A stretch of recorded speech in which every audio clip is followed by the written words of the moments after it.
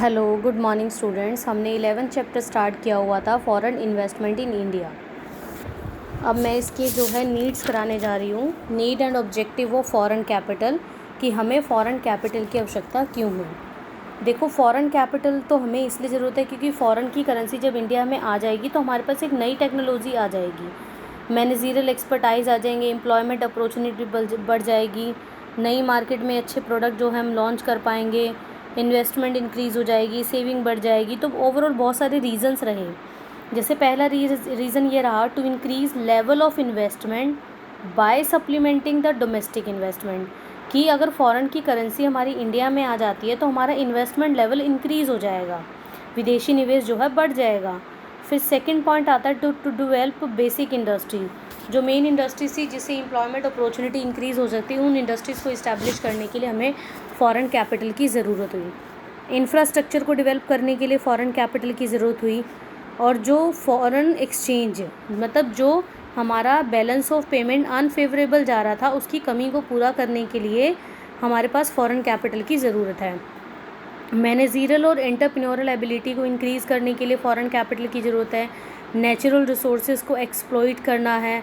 और ये इंडस्ट्री इसलिए इस्टेब्लिश हुई थी क्योंकि जो हमारे इंडिया में अच्छे रिसोर्सेज नहीं थे, कैपिटल भी नहीं थी, न्यू टेक्नोलॉजी भी नहीं थी, और थोड़ा सा रिस्क को वो कंपेल नहीं कर पाते थे। इस वजह से to set up risk and capital intensive project लिए जाते थे टेक्नोलॉजी को इम्प्रूव करने के लिए, एम्प्लॉयमेंट अपॉर्चुनिटीज़ को बढ़ाने के लिए।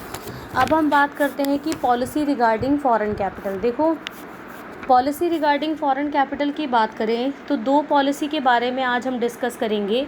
एक फॉरेन कैपिटल पॉलिसी आई थी 1949 में और सेकंड आई थी 1991 में।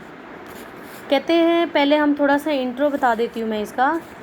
बिफोर इंडिपेंडेंस से पहले जो ब्रिटिश गवर्नमेंट थी, उन्होंने हमारी इंडिया के लिए कोई डेफिनेट पॉलिसी नहीं, मतलब वो अनफेवर में थी। और जो ब्रिटिशर थे वो जो प्रेफरेंस देते थे वो अदर कंट्रीज़ को देते थे, इंडिया को छोड़ दिया करते थे। लेकिन फॉरेन कैपिटल ने हमारी जो डेवलपमेंट है, इंफ्रास्ट्रक्चर है, railway, electricity, jute industry, tea free plantation, coal and other mines, ये सारी चीज़ें, जैसे ही इंडिपेंडेंस हमें आज़ादी मिली तो एक नई पॉलिसी सामने आई, इंडस्ट्रियल पॉलिसी ऑफ 1948। उस टाइम फॉरेन कैपिटल का मेन पर्पस था हमारी इकॉनमी को डेवलप करना।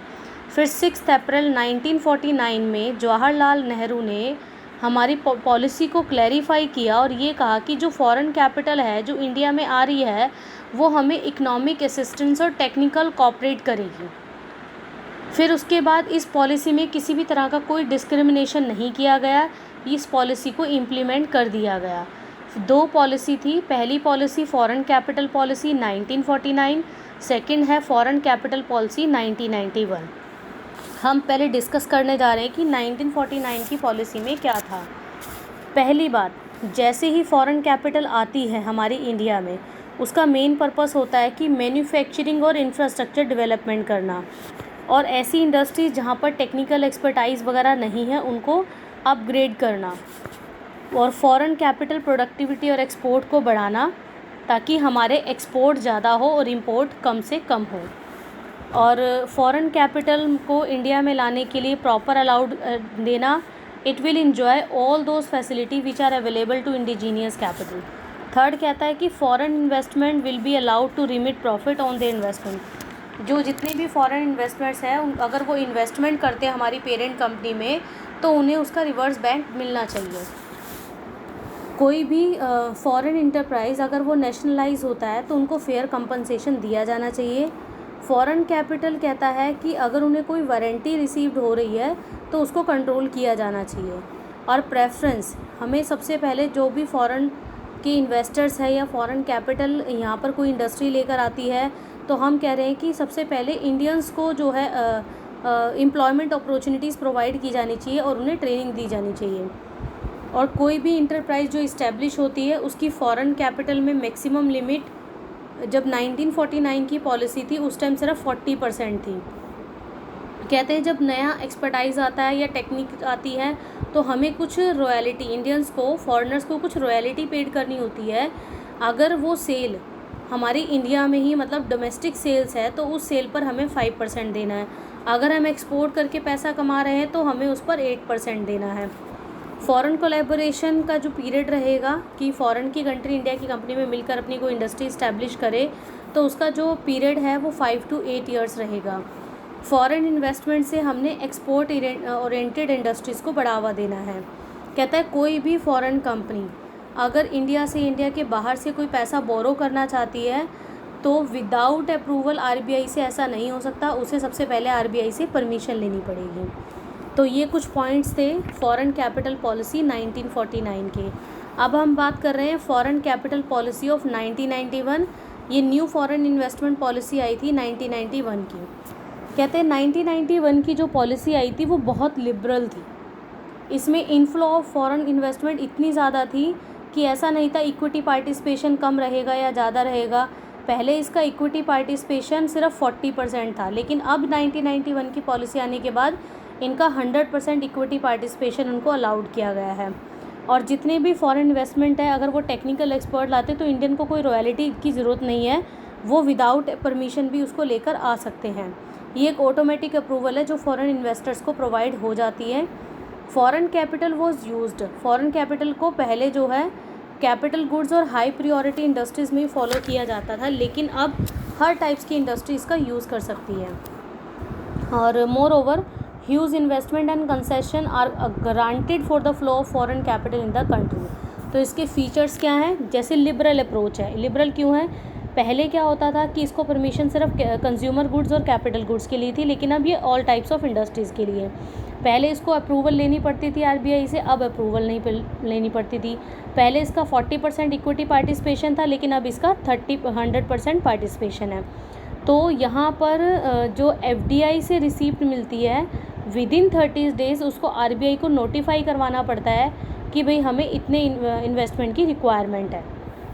Various forms of foreign capital. कहता है फॉरेन कैपिटल के बहुत सारे फॉर्म हैं, हमने तो 2 पढ़े थे, फॉरेन एड और कमर्शियल बोरोइंग, बट इसके अलावा और भी है। जैसे अब फॉरेन कोलैबोरेशन। कोलैबोरेशन ये होता है कि अगर फॉरेन की कंपनी इंडिया की कंपनी में आके जॉइंटली काम करती है तो उसे फॉरेन कोलैबोरेशन कहा जाता है।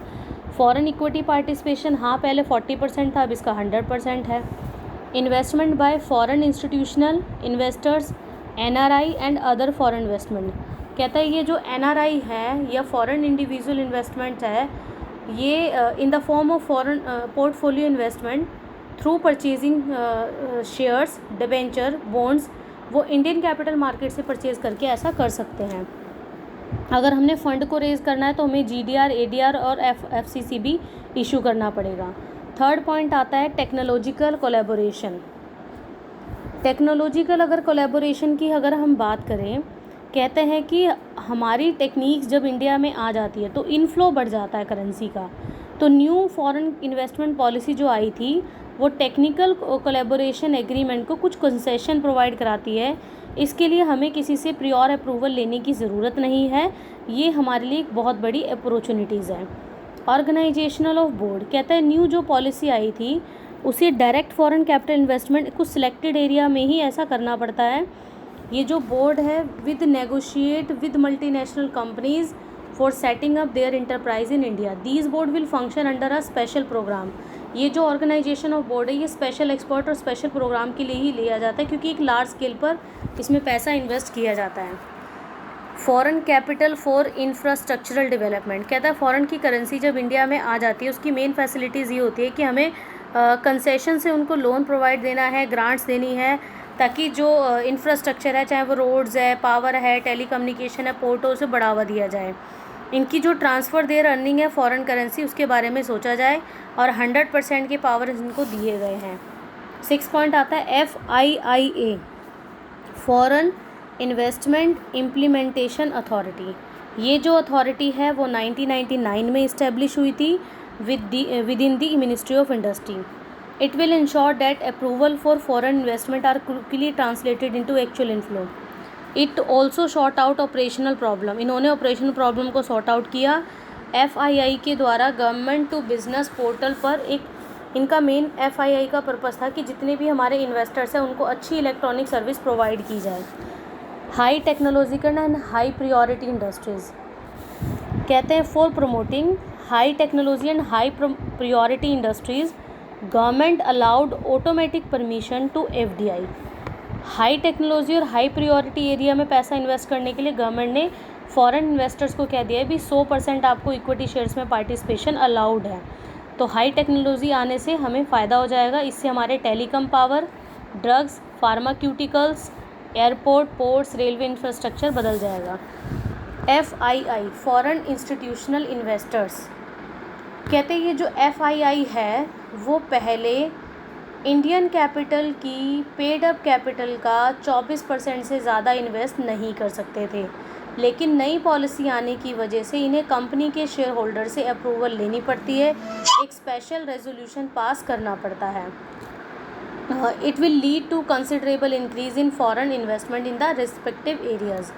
लेकिन अगर कोई इंडिविजुअल फॉरेन इन्वेस्टर्स है तो वो कंपनी की कैपिटल के पेड अप कैपिटल का 10% से ज़्यादा इन्वेस्ट नहीं कर सकता।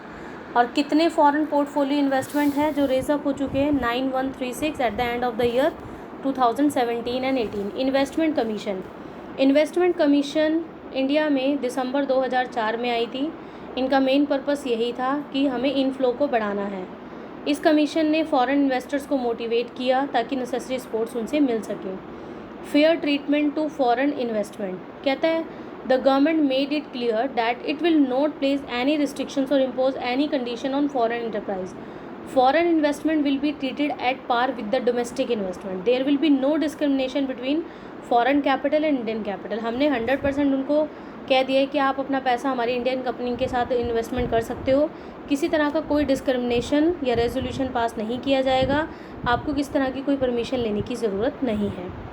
फैसिलिटी ऑफ रीपैट्रिएशन यहाँ पर यही है कि जब पैसा हमारी इंडिया की कंपनी में आ रहा है सेल्स होने के बाद तो हम उसे रीपैट्रिएशन कहते हैं। तो एक बड़ा इंसेंटिव इसके थ्रू हमें प्रोवाइड हो जाता है। क्लियरेंस फॉर फॉरेन इन्वेस्टमेंट कहता है foreign investment in any project, इसकी जो इन्वेस्टमेंट लिमिट थी वो 5000 करोड़ थी। उसके लिए भी हमें FIPB से परमिशन लेनी पड़ती थी, लेकिन जून 2017 में FIPB को ख़त्म कर दिया गया। अब जो नई पॉलिसी आई है 1991 की, इसमें ये क्लियर कर दिया गया कि आपने मिनिस्ट्री या गवर्नमेंट ऑफ डिपार्टमेंट से 5000 करोड़ से ज़्यादा असाइन करा सकते हो। तो 5000 करोड़ से ज़्यादा इन्वेस्टमेंट करने से पहले आपको cabinet committee on economic affairs से परमिशन लेनी पड़ेगी। तो इन शॉर्ट हम यही कह सकते हैं कि हमारी जो न्यू इन्वेस्टमेंट पॉलिसी है वो बहुत ज़्यादा लिबरल है, इनकरेजिंग है, टेक्निकल एक्सपर्टाइज है। FDI की वजह से हमारे इकोनॉमिक अफेयर्स इंक्रीज़ हो रहे हैं, प्रोडक्टिविटी इंक्रीज़ हो रही है, इकोनॉमिक डेवलपमेंट हो रही है और एक कॉन्फिडेंस क्रिएट हो रहा है, एक जॉइंट कोलैबोरेशन इंक्रीज़ हो रहा है।